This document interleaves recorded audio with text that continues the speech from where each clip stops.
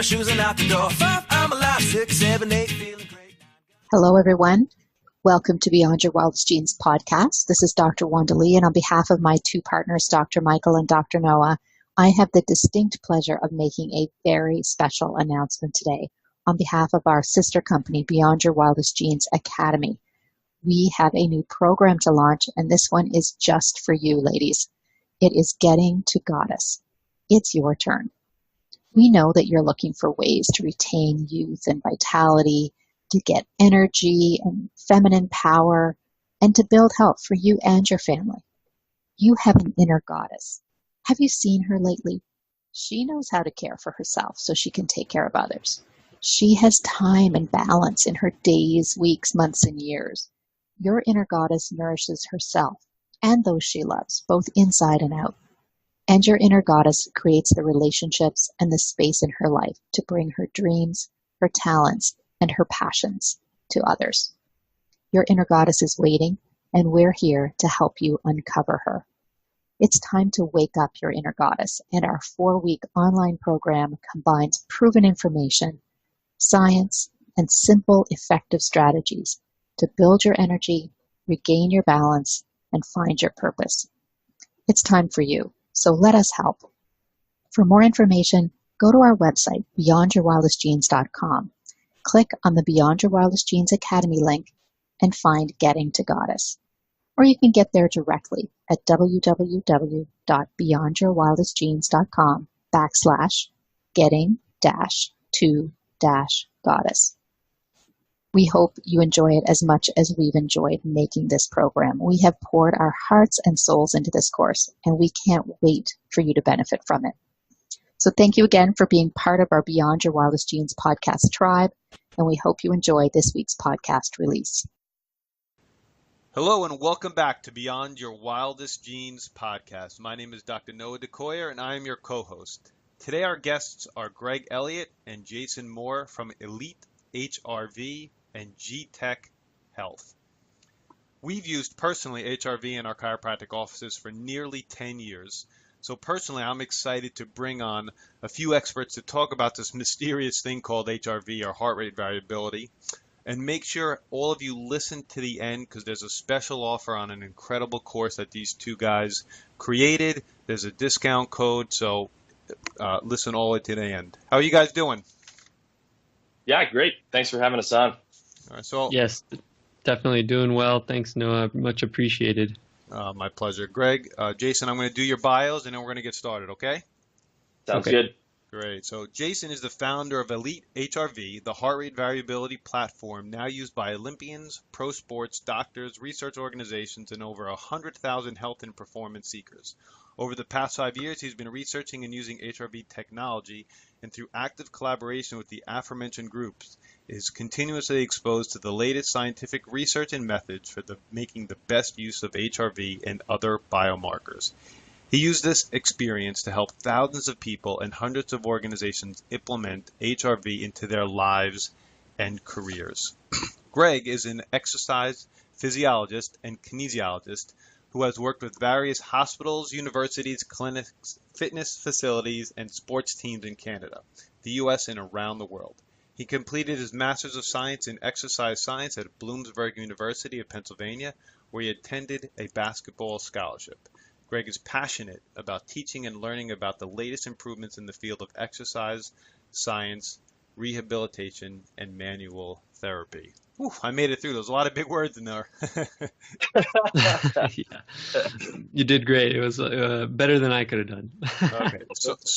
So first question always, and you know, you guys can choose who wants to go first, but our first question always is your journey. You know, flesh out your bio a little bit just to set the stage so we can, so our audience can get a feel of who you are and how you came up with this HRV course and using HRV technology. Yeah, I'll let Jason, since he was introduced first, we'll do that. Okay. Yeah, I appreciate it. So my background is in information systems design and implementation. I used to kind of help set up, design, and implement large data tracking systems in the oil and gas industry. and we were tracking the health of really complex and expensive equipment out in the field using sensors and a lot of data inputs and a lot of trending analysis and lots of things that are very useful and important, but can also put people to sleep if they're not done correctly. And so doing this on the side, or as my main job, I was also a health coach and personal trainer on the side, very personally invested in understanding in depth the intricacies of health and the integrated system that the body is. And eventually decided to kind of marry these two, the passion I had for the health and performance with the experience and background that I had in data analysis, systems design, and creating a tool that was useful for people for decision making. And somewhere in that mix, I discovered heart rate variability, and it came onto my radar as a tool that might be something very powerful and useful to people, but the options that were available at the time were either expensive or kind of clunky, or I just thought that given my experience, I could probably design something a little more useful and accessible too, because there were pretty useful tools. They were just expensive. And so I guess that's the long way of saying that's how Elite HRV was born. It started as a side project while I worked in oil and gas. And as soon as I put it out there and started iterating on it with feedback from lots of people, it just grew into an animal all of its own. And we haven't really done any advertising or anything. It's all been word of mouth growth, and pretty soon I had, national sports teams and Olympians and different people contacting me and saying, how can we do this or that, and just networking. And Greg, that's how Greg and I met, actually, is he was looking at different systems as well and came across Elite HRV and contacted me very early in Elite HRV's life cycle several years ago. And we just kind of got along famously and liked a lot of the research and in-depth stuff, so continued to establish a relationship, went on to create a course together and everything. So I'll let Greg take it from there. I'll do my background real quick. Was big into basketball. I originally went to Montreal to SAGE up there, and then transferred to Bloomsburg University, where I continued up my career and was always interested in exercise. So I started with exercise science and kind of grew as I started getting into it more, and I got into a master's degree where I first kind of got introduced to HRV when I was doing my thesis on non-invasive ways of measuring heart function, and was kind of introduced there. And then when I moved back home to Vancouver, Canada, where I am now, I started realizing that the people that are in the know were kind of introducing this biomarker for a lot of their training and kind of more of a readiness to exercise. And I started to look into a little bit more of what's going on and contacting, pretty much anybody that knew anything about this. And again, that's how I got introduced to Jason. And it's been quite a few years now. And we kind of created this course out of, I think, a lot of the misconceptions about HRV and kind of what it can do. And I think a lot of people kind of limited its potential. And I thought, let's open up some of the blinders that some of the people have of regards to what this actually measures. It's not just readiness to exercise. It's so many things that it does. And so we created this course to say, people do a great job of looking at HRV in individual realms, whether it's, emotional stress or readiness to exercise. But let's make people understand, what this actually measures and how all these actually are combined into this one measurement. So, it's been a great journey, and it only keeps growing and snowballing from there. So it's we got a bright future for the course and everything.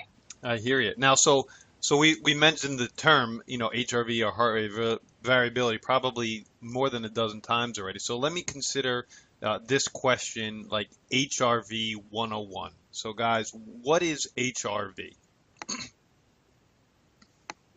Greg, you want to start with that, and then I'll maybe talk about how it's different from heart rate? You bet. So, HRV or heart rate variability is, in a nutshell, what we want to look at is we don't want our heart rate to beat like a metronome. We don't want this kind of consistent beat to beat. When you look at a time frame in when the heartbeats come back, we don't want something that's 0.95 seconds, 0.95 seconds, 0.94 seconds, 0.93 seconds. That's a very consistent heart rate. What we actually want is we want flexibility and adaptability in our system. So when that heart rate comes back, when we're in a resting state or any kind of state, we want to see, 0.74 seconds, 0.95 seconds, 0.68 seconds, that kind of variability from beat to beat. It actually shows our increased ability to adapt to stress. And it gives us a very big indication of the autonomic nervous system and how our body is functioning as a whole. So that's kind of basic 101, is just saying we don't necessarily want that consistent heart rate, and I'll let Jason kind of get into the difference between that and heart rate in general. Yeah, kind of like Greg was mentioning, the heart doesn't beat like a metronome typically, at least when you're at rest and when you're not under stress. And so by drilling down into those little interbeat intervals, which is what they're kind of the technical term is, interbeat intervals or R to R intervals, which are basically those times between each heartbeat. We can run specific algorithms on those and calculations on those to drill into different systems in the body that have an influence on your heart. And as many people are aware, the heart plays a pretty important role in the body, so it's really centrally integrated with most of every process in the body. Specifically, the autonomic nervous system is one of the ones that Greg mentioned, and we tend to focus on that one because it's tied in. It's kind of like the central regulatory system for a lot of processes. And based on those changes in those interbeat intervals in your heart, we can calculate what the autonomic nervous system is up to. So everything from digestion to blood sugar regulation to kind of energy production for exercise or recovery or your immune system function, all of these are really tightly integrated with the autonomic nervous system. And we can kind of drill into some of that by running specific calculations. Jason, you mentioned something before, and I think you did too, Greg, and correct me if I'm wrong, but Jason, you said decision making. So in the beginning, HRV primarily was used with elite athletes to see if they were overtraining and when they should or shouldn't be training. Is that a fair assessment or statement? Yeah, I mean, as with many things, there's, a lot of the research actually originated on the medical side, but then popularized by high performance sports. Okay. And, we use HRV in our chiropractic office because a chiropractic adjustment balances the autonomic nervous system. So we can kind of track how a person's doing by using HRV as a strong health indicator. And I assume that that's part of what you guys are doing as well, correct? Right. Yeah, so that's a big thing in our clinic. So I work in a rehab clinic, and kind of more of like an interdisciplinary, where we got naturopaths and traditional Chinese medicine doctors and massage therapists, osteopaths. So kind of the whole gamut of different people. And yeah, we use it to understand where people are when they come in, what are we dealing with from a whole standpoint as a person. We have subjective, yes, I'm tired, yes, I'm this and that. But this is kind of we have one number that kind of objectively look at kind of the well-being of the person. Not only that, we have our movement assessments, and we can score those various things from there. So whether I send them to the naturopath or TCM doc, we have a kind of accountability tool for us to say, okay, well, this person's doing better or this person's not improving. Okay, well, what are we missing? What's going on? Right. And there's some other terms that you mentioned that I think are really important. And that's adaptability. I mean, as humans, if we can't adapt properly to all the different stressors, regardless of their internal stressors, outside stressors, we just can't be as healthy as we possibly can. So essentially, is HRV tracking the adaptability of our body? Yeah, it is. It definitely is. It tracks really well with resilience and adaptability. There's obviously like some things that you can do to kind of fudge the numbers, so to speak. Like, for example, if you're really aerobically fit, your heart rate variability will appear to be higher. And in general, that will make you more adaptable and resilient. But there's like a a threshold where there's diminishing returns on that. For example, if you're like an ultra endurance athlete and you survive off pizza and donuts and caffeine, then there's going to be a ceiling that you hit eventually where that increased aerobic fitness is no longer giving you more adaptability or resilience from a perspective of health. So, but your HRV will appear higher than your peer group most likely because of that elevated aerobic fitness. So there's a lot of context involved, and that's like some of the stuff that we go into depth on in the course, and we try to present that too in our platform, is that context is important. But yeah, in general, the greater your heart rate variability at rest, the greater adaptability that you have and the higher resilience you have. And in general, also the lower your heart rate variability, meaning like the more consistent your heartbeat at rest, then the lower your resilience is, the more rigidity there is in the system and inability to tolerate stress. Right. So the confusion we get in our office often is that heart rate variability, because it's using the heart as its indicator, is that it's actually a heart test, and and you mentioned this before. It's not. Is it an indication of how healthy your heart is, or is it much more an indication of how healthy your entire body is? Yeah, it's more. Oh, sorry. Go ahead, Greg. No, you go ahead. Yeah, for sure.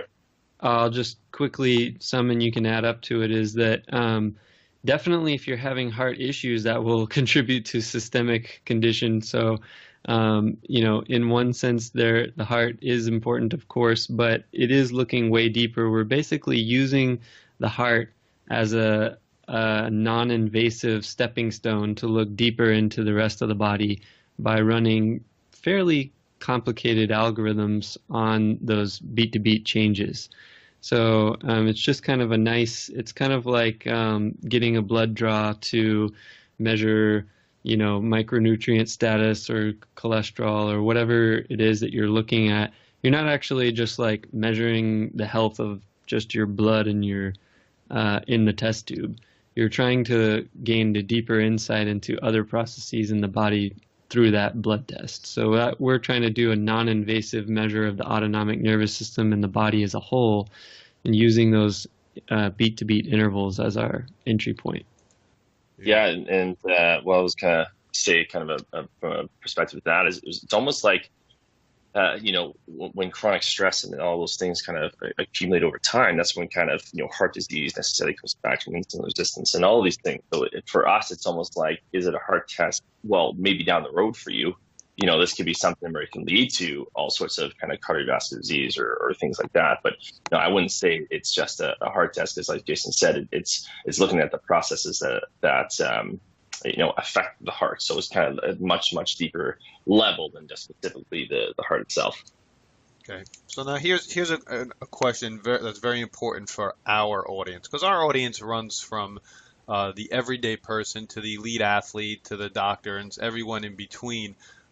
How can the everyday person benefit from tracking their heart rate variability? Yeah, it's the neat thing about HRV is that it's a systemic metric. So what that means is that it's looking at the big picture of your overall condition. And as people have probably learned from listening to you, Noah, is that the body is pretty integrated, and things like exercise also impact your sleep or your health, or nutrition has an impact, and definitely the health of your nervous system and structural health, like through your practice, plays a big role in energy levels and just your ability to perform in life. So all of these processes, I could go on and on about all the different things that are integrated within the body, and HRV is kind of like an overarching metric that kind of shows you what the big picture looks like. So if you're there's pros and cons to that. The pros are that in general you can use it as an indicator. So let's say I'm an average person who just maybe works a little more than I would like to, probably doesn't eat quite as healthy as I want to, or doesn't have as much time to exercise as I'd like, you can really kind of start to see, okay, how is this impacting me on a systemic level? Like, is my health really getting impacted if I skip this exercise, or should I really be trying to exercise maybe 3 times a week to kind of maintain my health? And you can start to kind of drill in on what are the things in my life that I can make small tweaks on and see really big improvement in my overall health.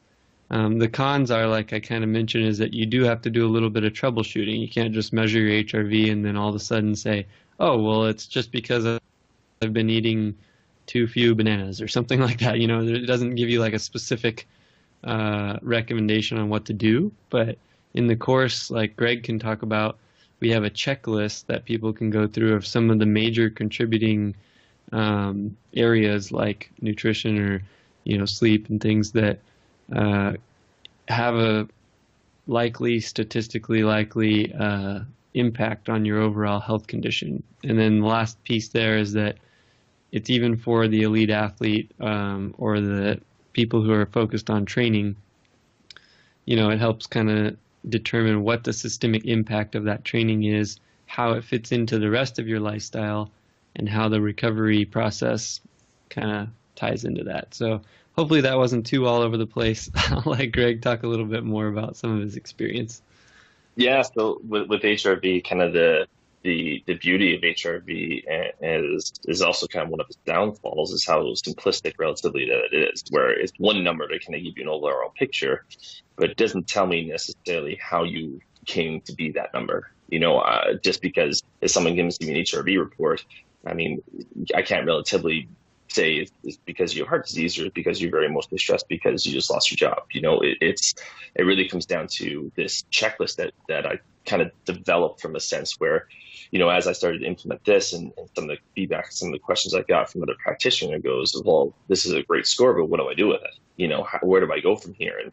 And in our clinic here, we use a lot of, you know, numbers for assessments for movement and movement quality and competency. And you know, just because someone scores a certain number doesn't necessarily tell me why they have pain or what's going on, but it kind of gives you a starting point.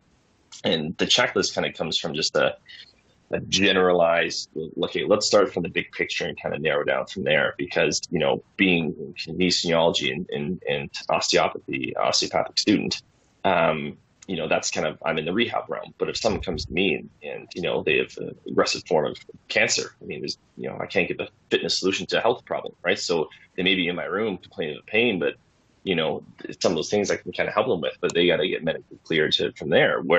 Or, you know, someone that's, you know, cleared medically, everything emotionally is fine, but as Jason's saying, you're eating donuts and bags of chips for dinner. Maybe that's somewhere necessarily we can start with things. So it kind of looks at the goal of everything. And sometimes you have to really dig deep. And there's one client that I had that I usually use this example where we're sitting down and, you know, relatively healthy, successful person in their 40s, always, you know, relatively had a clean bill of health from my perspective, ate well and, you know, was happy with his job and sat down and I go, okay, well, tell me about your social life. You know, do you do any drugs? No. Any marijuana? No. What about alcohol? Well, you know, it's a part of the job. Being a lawyer, you got out there and you gotta mingle and do that kind of stuff. So, you know, I have drinks here and there. I'm like, well, what's drinks here and there? Like, well, typically, you know, about 40 or 70 drinks a week.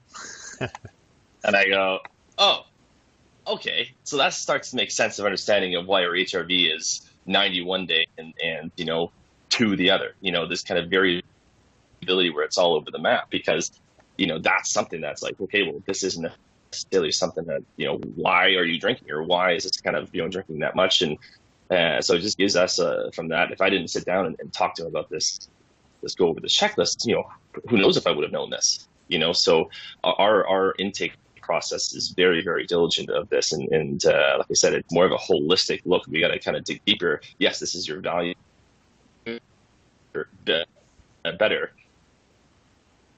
starting point.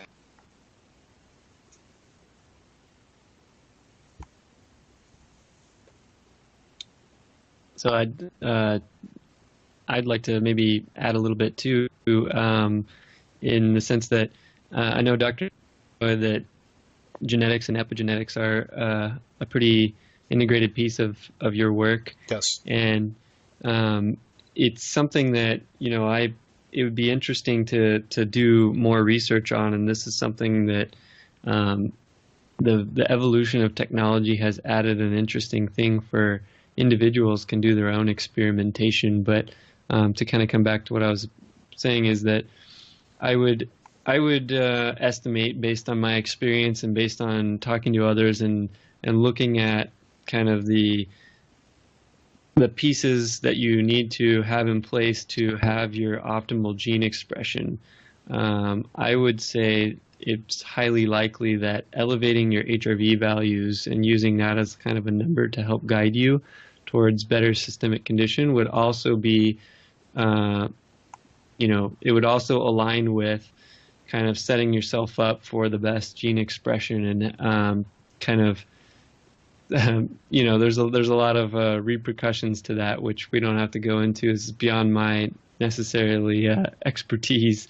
But I just thought it would be interesting. It kind of came to mind that I don't know how much background listeners already have on all of that, but I'm assuming a lot since they're listening to you. But it's one of those kind of systemic variables that says, okay, I've heard that I need to sleep more, right? Maybe everyone says 7 to 9 hours or something like that.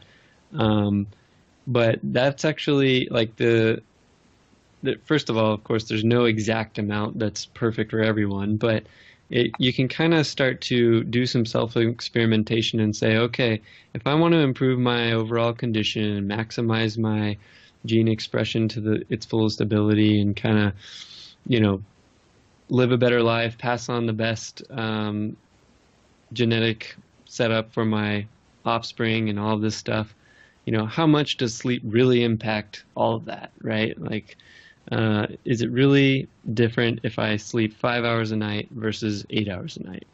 And you can start to do some self-experimentation with something like HRV, and it's not going to tell you what your epigenetic condition is, but it may be something that's easy to measure that helps guide you in the right direction. And then you could work with somebody like you hands-on to say, okay, what kind of impact am I really having at the deeper level? But again, kind of you can say, okay, this week I'm going to make a concerted effort to sleep 8 hours a night, and I'm going to measure my HRV during that.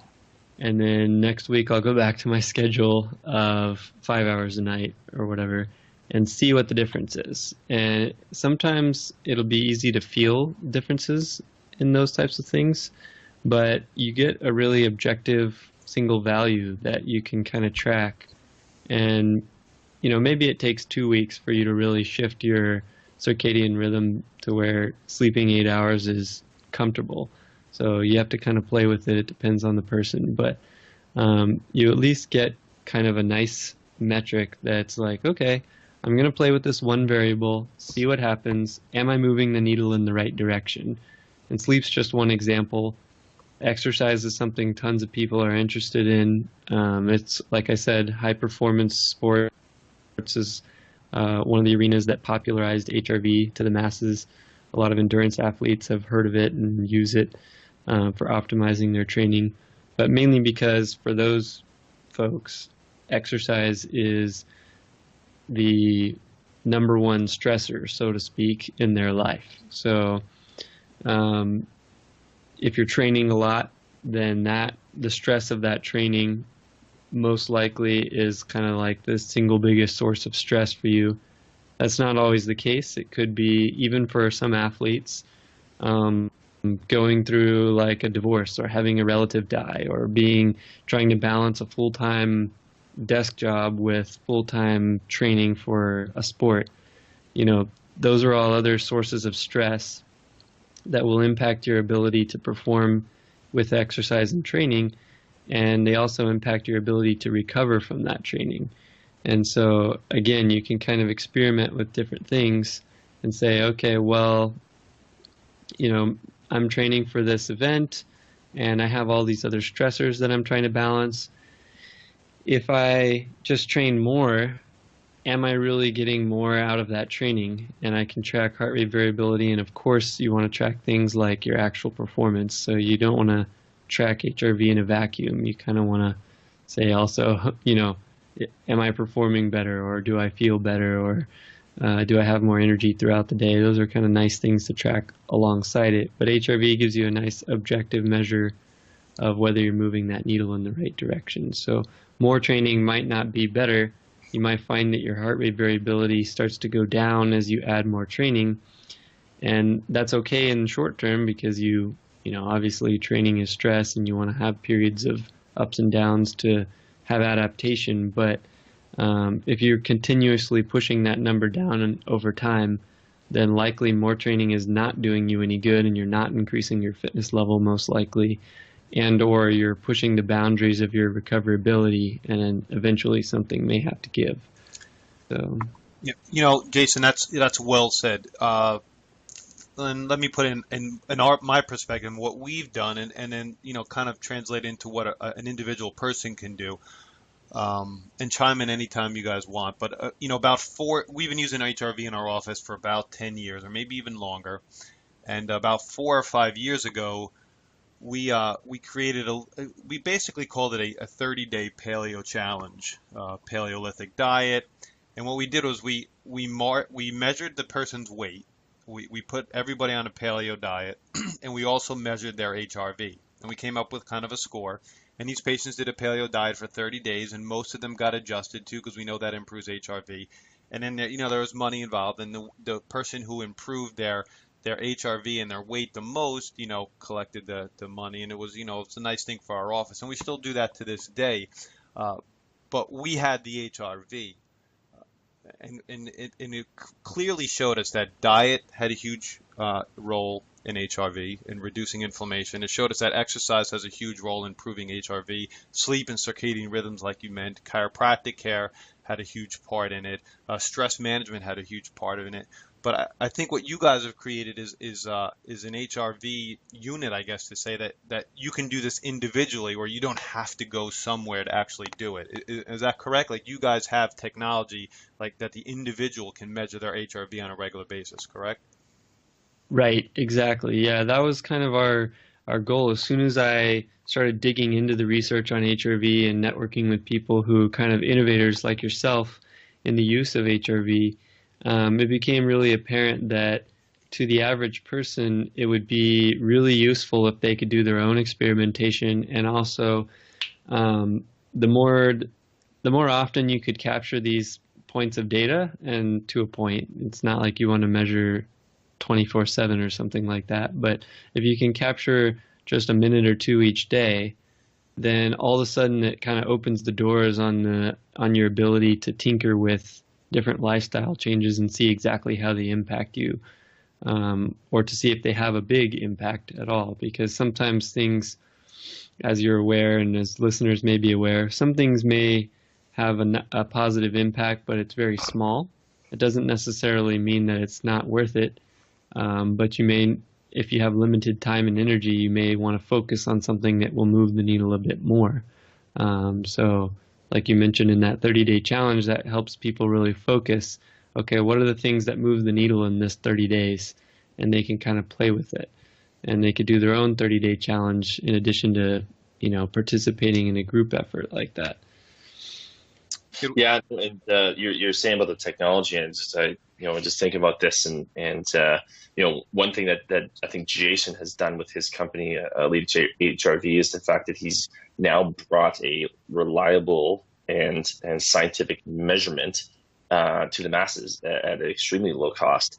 Where our not the founder of our company, but his brother, who works with us now and does a lot of the management side for our company, he was at the Malaysian Sports Institute, and he was there, and there's a company that came over and about almost 15 years ago now, saying, hey, we can measure HRV, and we can get all your athletes on it, and and the cost is $100,000, right? And it's just like, whoa, that's pretty crazy, and so he started looking into it and doing all these tools and things like that. And then when he came back to Vancouver and he introduced to me, and he's like, wait a second, you can do all this for a free app and a heart rate strap now?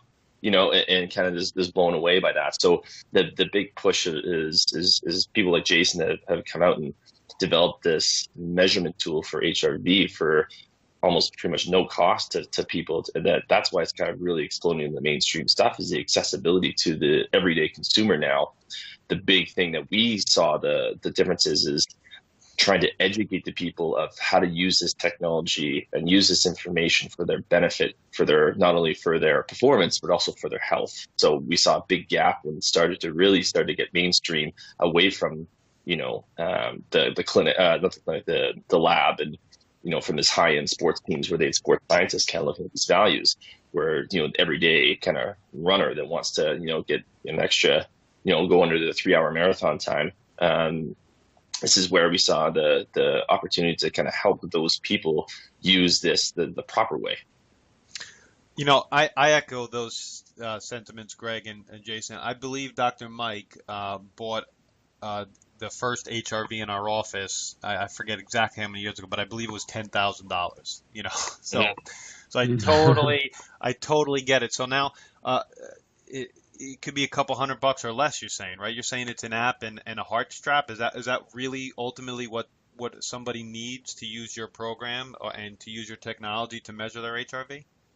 Yeah, exactly. Yep. We accept any chest strap that's accurate enough, and heart rate variability is like we mentioned, it's a deeper metric. It requires a lot of accuracy still. So that's been one of the limiting factors of why some of those machines were so expensive in the past, is that you do need a high degree of accuracy to actually calculate these measurements. And and then in recent years, the chest straps have really become accurate enough to where we can run HRV analyses just from something like a polar chest strap.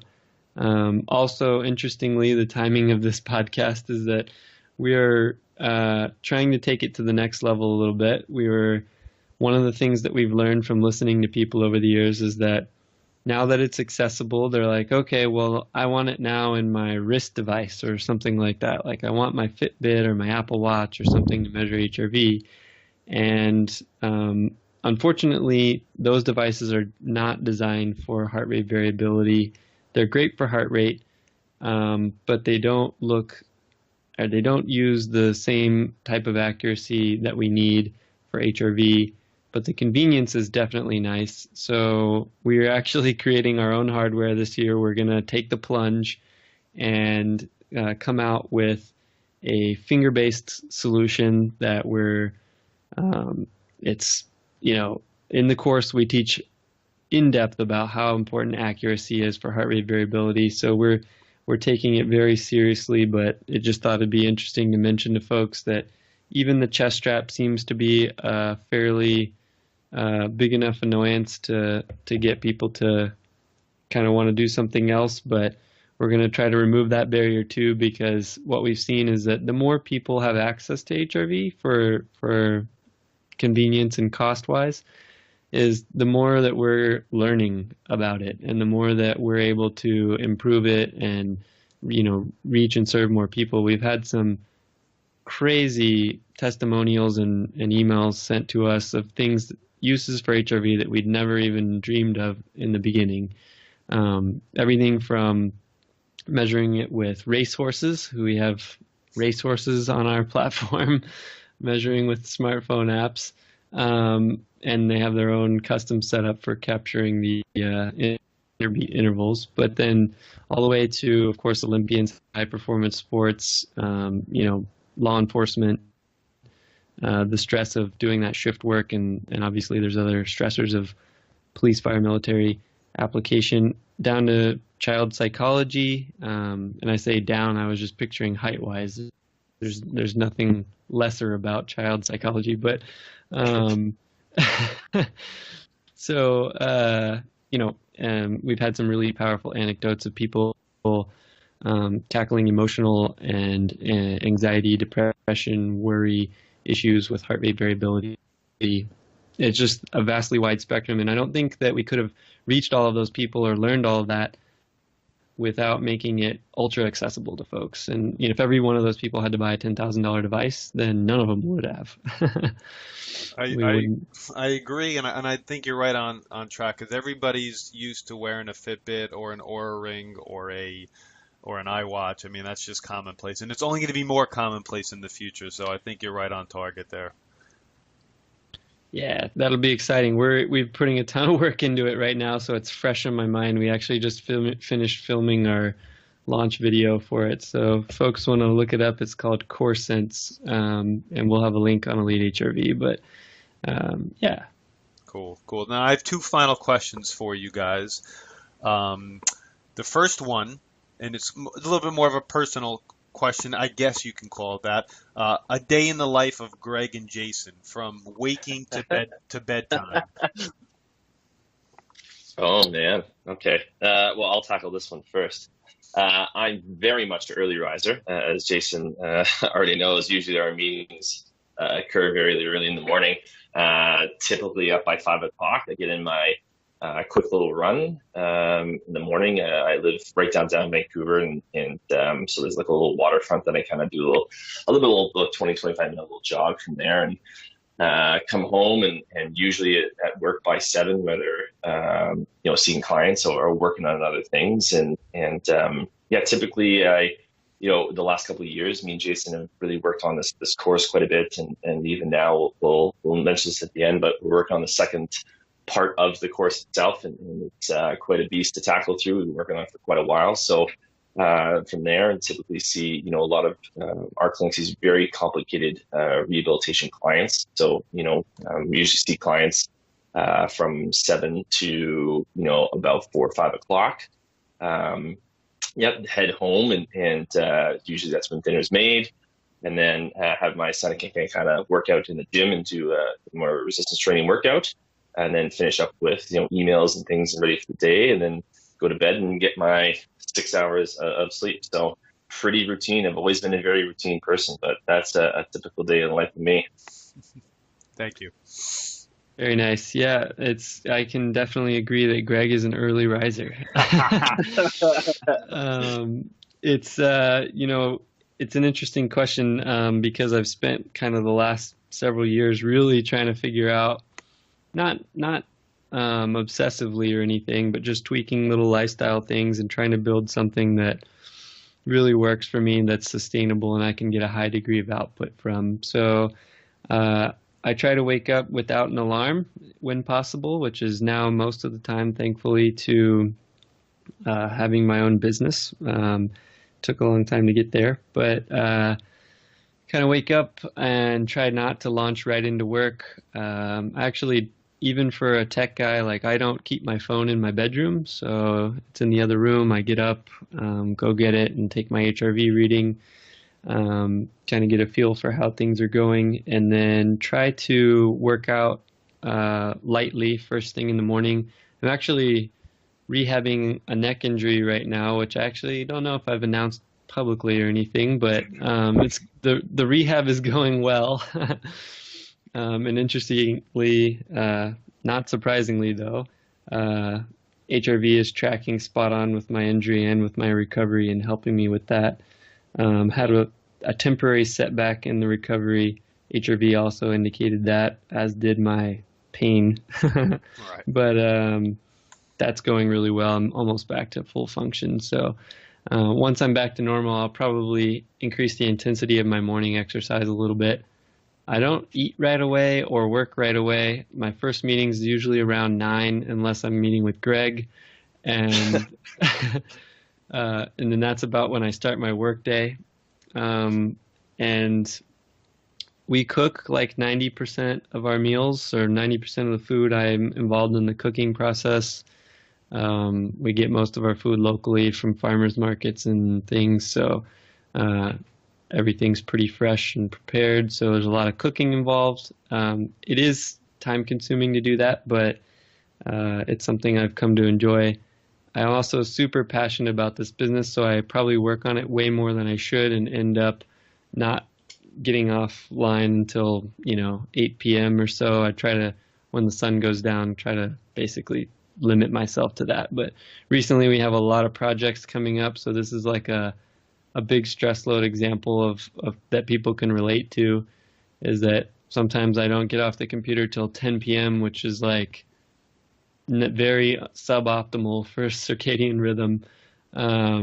But that's life occasionally. And basically, I know that I can see how my HRV values have reflected that, and also my energy levels and ability to go to sleep and get quality sleep.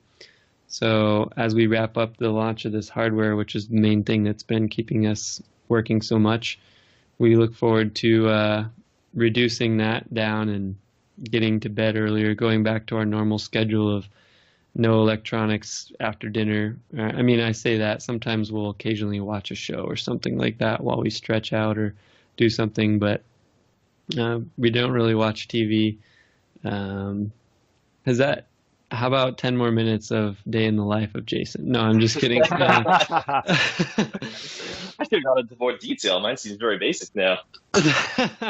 It's also really flexible. So if anyone listening is an entrepreneur and running their own business, they know that every day is different than the day before. I mean, there's so many different things we're juggling. As the kind of CEO, face the business type person, I do spend a lot of time in calls and meetings. So my wife, Alyssa, who's the partner, co-owner of Elite HRV, she's the brains. She spends a lot less time on the phone, so she gets to do things like walk to town and work in a cafe and things like that, which is a nice addition to the day, but she still puts in a ton of hours as well. Thank you both for that. So we mentioned it right off the bat, and you guys mentioned it several times. Talk a little bit about the course. The link for the course will be in our show notes. You guys have offered very nicely a 10% discount if you use the code BYWG. But give our audience a little bit of insight into the course, and then even touch upon the new course that you'll be releasing shortly. Sure. How about I go first so I don't drone on? The course really stemmed, in my mind, from a continuous feedback of folks saying, I can tell that HRV is useful. It's been useful to me already, maybe even a little bit, but I'm just not sure I understand how it fits in with all these different processes in the body or lifestyle factors. So the main goal of the course is to provide kind of an in-depth science mechanisms behind HRV and then practical application. And it's not platform specific, so we don't really talk about Elite HRV at all or any specific hardware or software. We really try to educate and go into giving you the ability to utilize HRV regardless of what tool you have. So Greg, you can explain what we have coming to. Yeah, and that's like Jason said. I mean, this is just the foundations. We wanted to make sure that everybody kind of understood the basics of what this measurement is. And how it can be so useful. And the hundreds of people that have taken this course now, and only just for us over a year of launch, but pretty much just word of mouth from there. That they're like, well, this is great, but we want to know more than this. Like, this is, some people, we're educators and like, yeah, we know the stuff, but let's get into real kind of application side. So we said, well, perfect, let's step it up a notch and let's really get in depth into a lot of the more complicated anatomy, physiology, and kind of get experts in the field that use it from a day-to-day practice and kind of give a presentation based on what they see and how they use HRV. So we got medical doctors and exercise physiologists and, chiropractors and nutritionists and all sorts of people that are going to do this section for the course and how they use it and what research shows and where things are kind of headed. So this advanced HRV course, which we're looking to launch by the end of the year, is going to just turn everything upside down for a lot of people and just really realize how in this metric can go. So and we're working on it every single day now, and we're trying to organize everyone around the world and trying to get this course delivered for everybody. So it's gonna every kind of course that's out there is really, really basic, but this is really gonna just blow the waters off everything that we know about HRV. Great. Yeah, it's just to quickly reiterate, who would take like the foundations course, for example, we've had basically people who are really interested in troubleshooting kind of their own condition, all the way up to cardiologists and strength and conditioning coaches in the NFL. I mean, we've had the full spectrum of folks take that foundations course and really find a lot of value in it. It's about 5 hours of video content, but it's kind of digested at your own pace, or 5 hours of content rather. And yeah, it's all kind of delivered online there. Great. Well, I appreciate it, guys. Thank you. Everything that we've talked about will be in the show notes and in our email when this is released. I'm not exactly sure when it will be, but we will certainly let everybody know.